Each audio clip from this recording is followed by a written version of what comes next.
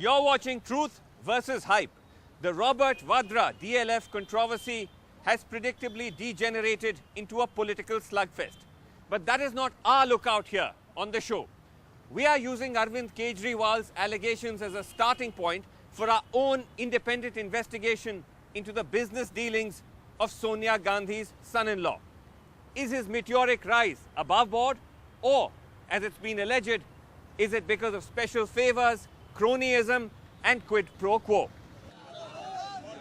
Until 5 years ago, Robert Vadra's official business was described as crafts exports, running a company called Artex.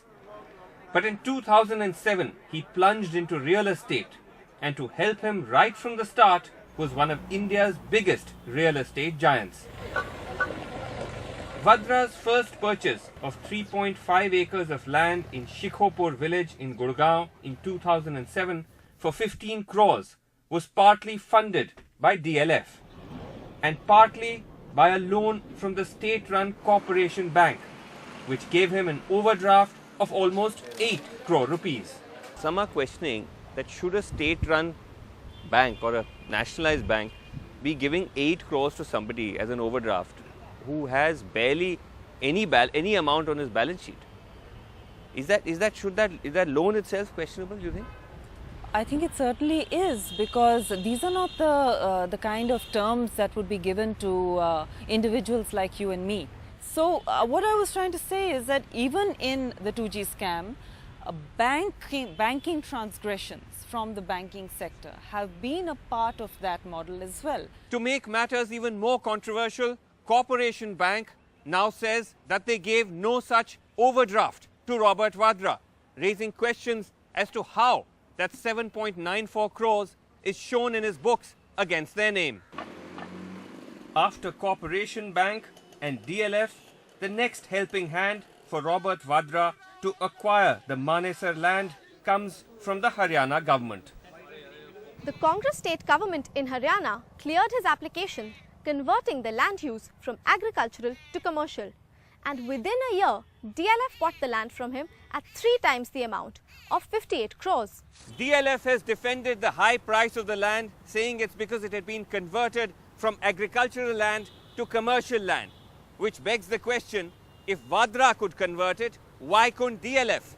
In its defense, DLF says that because if they buy land directly from farmers, it will jack up the prices, which is why they acquire land using a network of land aggregators like Vadra.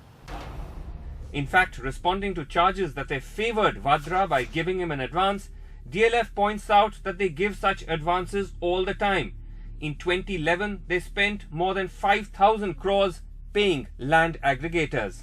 If the value of the land was 60 crores as aggregated, and that's very important, because what I learned from the DLF reply was, the DLF's reply was that this was aggregated land. Now you know the real secret of development in India, be it the builders in Bombay, be it the town makers in Bombay, be it your Hiranandani or Lokhandwalas, your whoever, your Lodas, or be it in Delhi, be it your DLF, your Unitech. 9 points of the game is being able to acquire contiguous pieces of land and then getting it compacted and getting permission. While giving these advances might be common practice, the manner in which DLF made the payments is unusual. They held off paying the final amount to him for the longest time. DLF says because they were paying him in installments as he procured each clearance. But others say it was to give Vadra a tax break. India's #1 news app just got even better. Download NDTV's new app. Fully optimized for retina display. Full screen view. Faster response time. And Sudoku. NDTV's new iPad app. Download now.